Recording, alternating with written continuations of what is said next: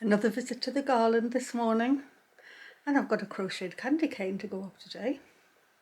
I think that can go there. I think the candy cane can go across here.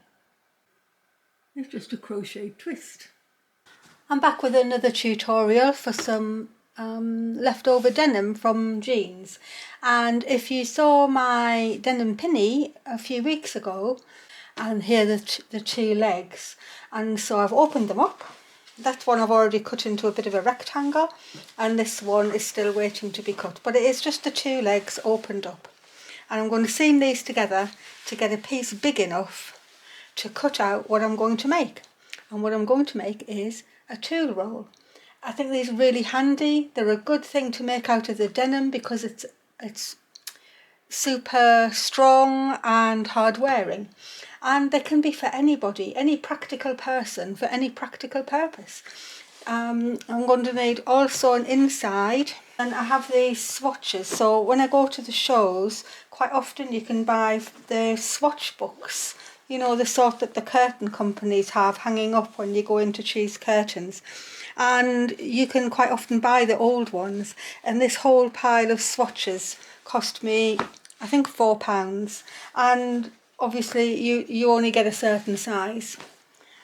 Normally I go all flowery, and today I thought I'd go for some smart stripes. So I've chosen two that go well together, and I'm going to seam them together to make the lining, and I'm going to seam the jeans together, and then I'll show you how I'll take it from there.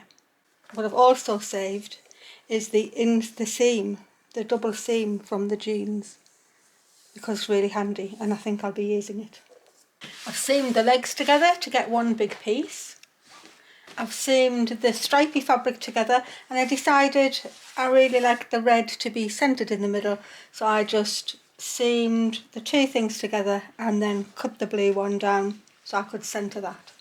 So actually this is quite good for the size. I can cut a lovely rectangle out of the denims, so I can have this for the inside and the denim for the outside. But I've decided it's a bit too short to be folding up for the pockets, so I'm going to find another piece of fabric to go across here for the pocket before I go any further. I've got my pieces all together now.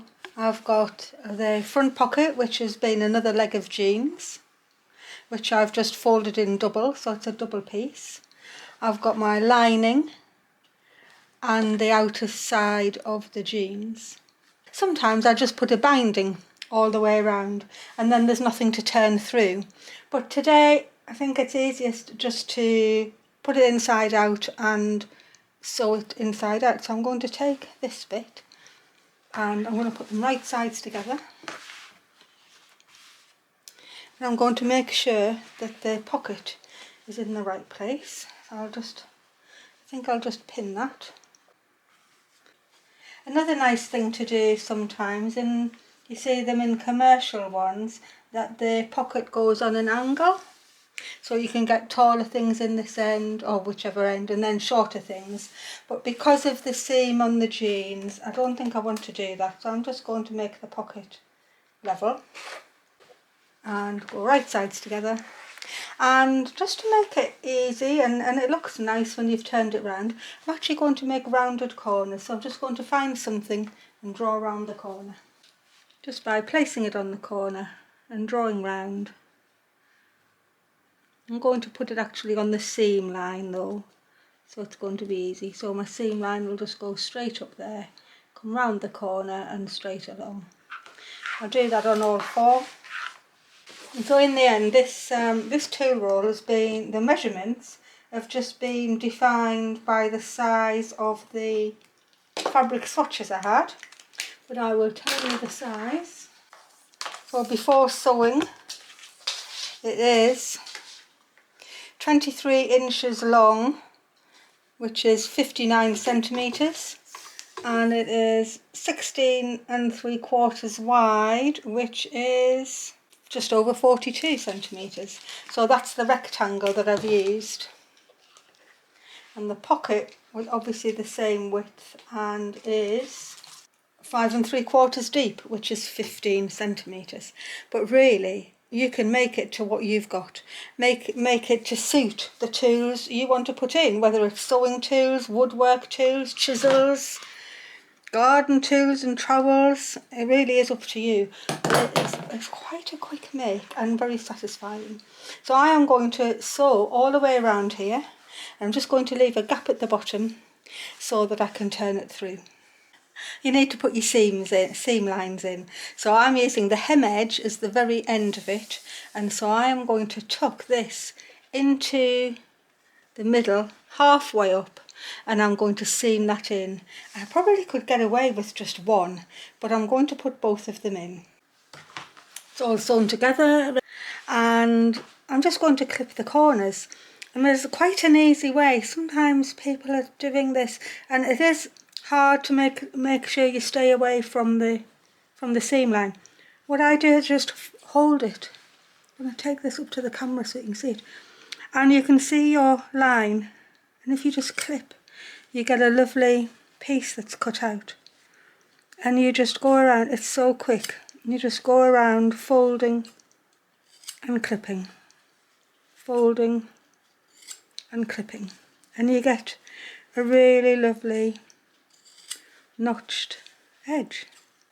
And you can see exactly where your scissors are going. So you're not going to cut through your stitched line. And it actually takes a piece of fabric out, so you're reducing the bulk all the way round. And you get a nice little notched edge. I've turned it out. I've got this hole to close up here, but I'm going to press it well first and make sure that all my edges are neatly turned out, and then I'm going to top stitch right the way around. You can see there's my jeans, the seams coming out, which are going to make a good wrap. So top stitching next. Almost finished now. The only thing to decide now is how wide you would like your pockets to be and to mark them out.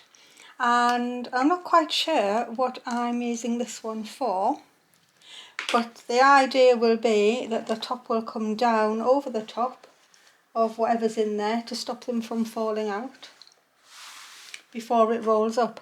And I'm actually going to show you two others that I've made for different reasons, and absolutely if you want to do more stitching on here, you could do some beautiful slow stitching. But what I think is nice is the denim really does make a strong pouch, and it's nice whether you have a flowery inside or a stripy inside or something plain entirely and more workaday if it's going to have chisels or something in. But they go in the washing machine easily because they're just old denims and furnishing cotton. So they wash up really well. They're very handy.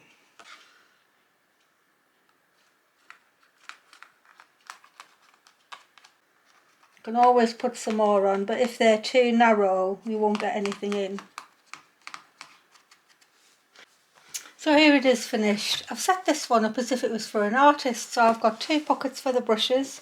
I've got a paint rag and a spray bottle, because that's sometimes what I use if I'm painting. The top comes down over the top to stop everything falling out, and then I can just roll it up and tie my denim bits around it like that. And then it keeps everything safe, nothing's going to fall out. And I think that's a really nice present for someone, or even a present for yourself. And you can do it up as much as you like. I'm just going to show you two other ones that I've done for myself over the years. So that's that one that I've just set up as if it was an artist's one. This one here, this is made with linen. You can see I've used the denim seams again as the tie, and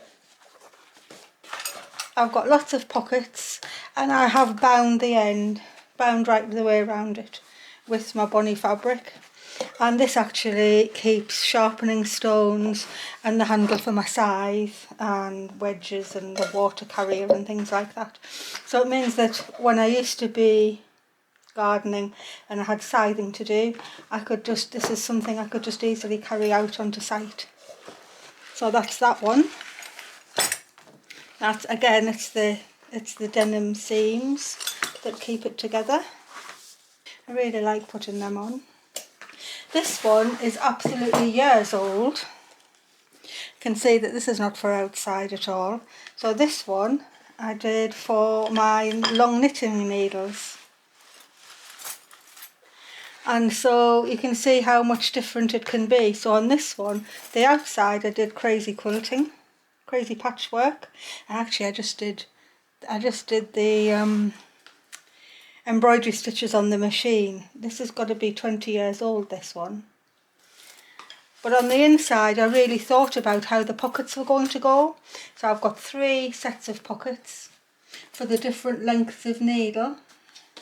And I put cotton sheeting along each edge, and with permanent pen I wrote the sizes of the needles on them, and so that they go from long to shorter to the really short needles, and down here to the cable needles and things like that.